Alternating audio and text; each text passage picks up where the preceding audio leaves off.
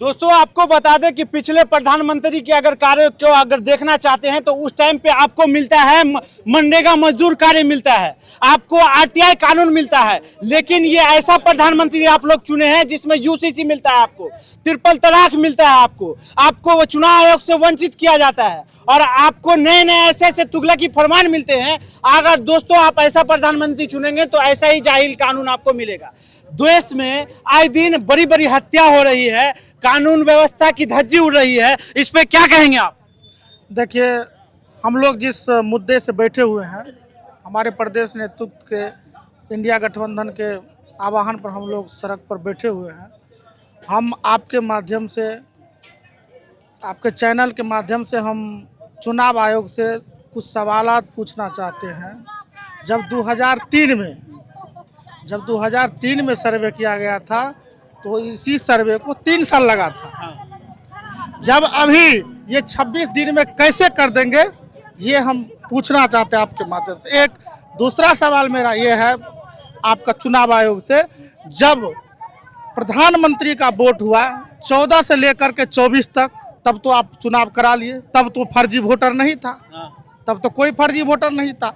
आज उसी वोट से प्रधानमंत्री उसी गद्दी पर बैठे हुए हैं।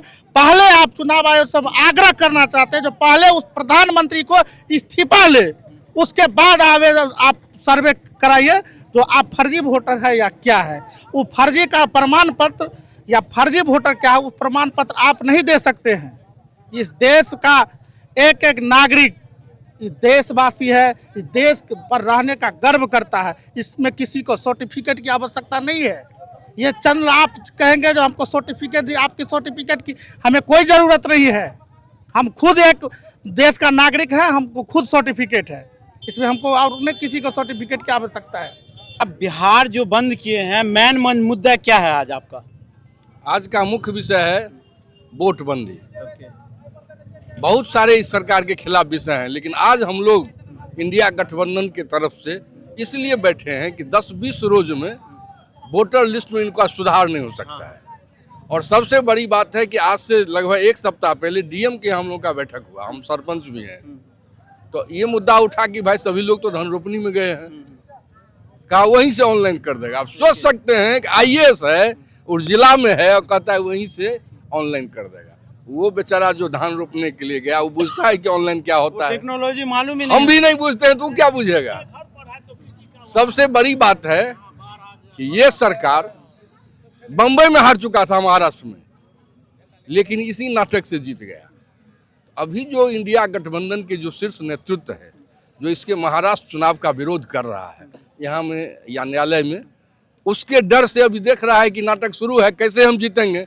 तो चुनाव आयोग तो गुजरात का है, गुजरात लॉबी काम कर रहा है, उसको बैठा दिया, ये सब लगा दीजिए, वोटर घट जाएगा, 3 करोड़ वोटर घटेगा, इसको वोट हो जाएगा। इसको पता नहीं है कि जब देश आज़ादी में गया तो 2 दल था, एक गरम दल और एक नरम दल। तो इसको इतना मार लगेगा इस बार कि सब इसका नाटक बंद हो जाएगा। और आप देखते होंगे कि जब जब ये कोई कानून लाता है, कोई अध्यादेश लाता है, और जब राहुल गांधी विरोध करते हैं बाद में वापस लेता है।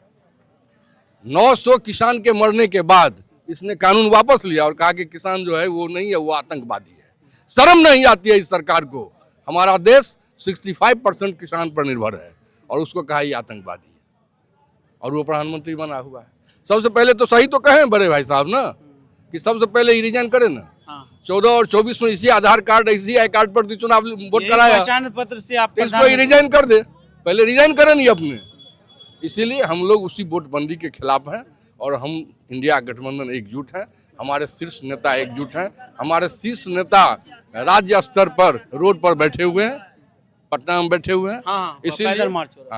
इसीलिए हम लोग इसमें एक हैं। उनका आदेश है, हम लोग इसका विरोध करने के लिए यहाँ आए हैं और विरोध करते रहेंगे जब तक यह अपना वो आदेश वापस नहीं लेगा।